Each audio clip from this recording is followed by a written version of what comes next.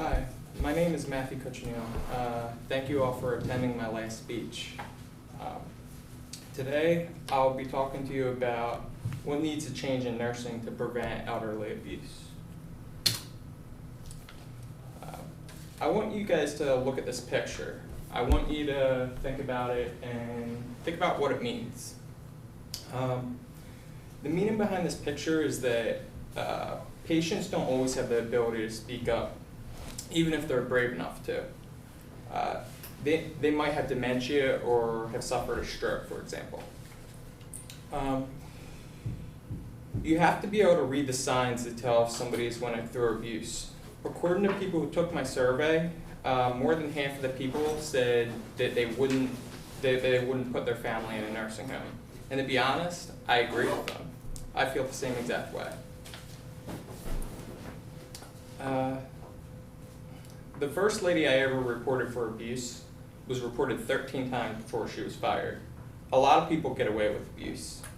Some of these people you would never expect. For example, they could be your friends, coworkers, and even superiors. And I've seen all of them types of people during the course of my career abuse people. We need to change policies in nursing to stop abuse. As I stated in my previous speech, I have been in nursing for 7 years. And on my hospice job, I worked in many nursing homes in Bucks and Montgomery County. In that time, I've seen, experienced, and reported a lot of abuse. Abuse is way more common than the average person would imagine. Today, I will be talking to you about the changes that need to be made in nursing to prevent abuse for elderly patients. These include understaffing, communication, and the hiring process. One of the biggest issues leading to resident abuse today are understaffed nursing homes, as reported by Graham Scott, author of the Nursing Standard. Graham states that when nursing homes are understaffed, workers get less time with each patient. For example, you may only be able to change someone instead of giving them a full bed bath in order to finish on time. Having less time is also bad because no time to console or talk to depressed and or confused patients who need that attention.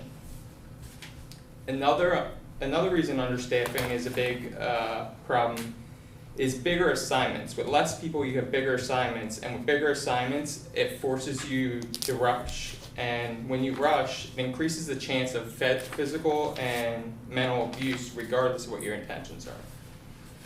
Lastly, one of the biggest issues with understaffing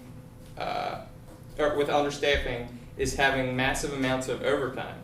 Being tired makes you unfit to do the job and also increases the chance of unintended physical and mental abuse. We reviewed understaffing in nursing homes. Let's focus on communication we need to have in order to stop abuse.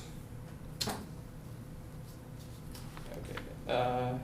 In the Gale Encyclopedia of Senior Health, Rhonda Cluse talks about the importance of communication in an abusive situation.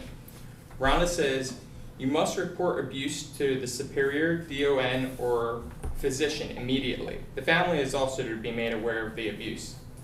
The problem is, if residents cannot speak up or say something is wrong, the care worker usually doesn't speak up most of the time.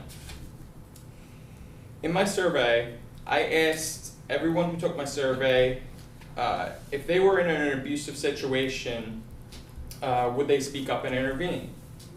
With it being anonymous, 3 out of 7 people admitted that they weren't 100% sure that they would intervene. And this is I'm not talking down to these people or anything. Speaking up is a really hard thing to do, especially when it's a friend or a coworker you're close to.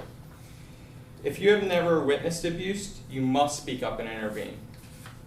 In the article, Elder Abuse, Zero Tolerance, Patricia Sheehan gives a shocking statistic. Only 1 in 14 people report elderly abuse when it happens. Patricia continues to report 1.2 million elders are abused annually every year. We're not just here to take care of the elderly, we're here to protect them. If the situation is not taken seriously by the person it's reported to, you can report the incident to the Department of Health in your state. Also, people may not speak up because the abuser is a friend, coworker, or even a superior. Again, you need to speak up regardless of who it is. Lastly, anyone taking an abuse claim must listen. Listening to a witness of abuse is just as important as reporting abuse. Because abuse is so common, many care workers do not think abuse is a big deal. I've seen this plenty of times. And they're the people that don't want any rules to change. So far, we covered understaffing, communication. Let's see how we can improve the interview process to stop abuse. The interview process is one of the most important places to focus on stopping abuse because the interview process is the filter which abusers come through to join the staff. In the article, Dark Clouds Over Long-Term Care, Mary Nyack-Tellis does a great job explaining the importance of how healthcare, nurses, and DONs that genuinely care. First, Mary explains how you should have people that are passionate caregivers, that bond well with families, and that they're not just there for the money. Many times, interviewers focus on the skill of the worker rather than the person's intentions for being a good caregiver. Both are very important. Also, in my own interviews, I've noticed that the interviewer doesn't have much of a background in nursing. Usually it's just a person from human resources and then you'll just meet the DON. The interviewers do not know the right questions to ask, in my opinion, to weed out the bad people with bad intentions. Lastly, in my article, I state that the article State Nursing Aide with assault record molested a client at Maplewood facility. Paul Walsh explains how a nursing aide sexually abused a client and how it would have been prevented had they had a background check. And not all places have background checks today. We need to have more background checks in nursing.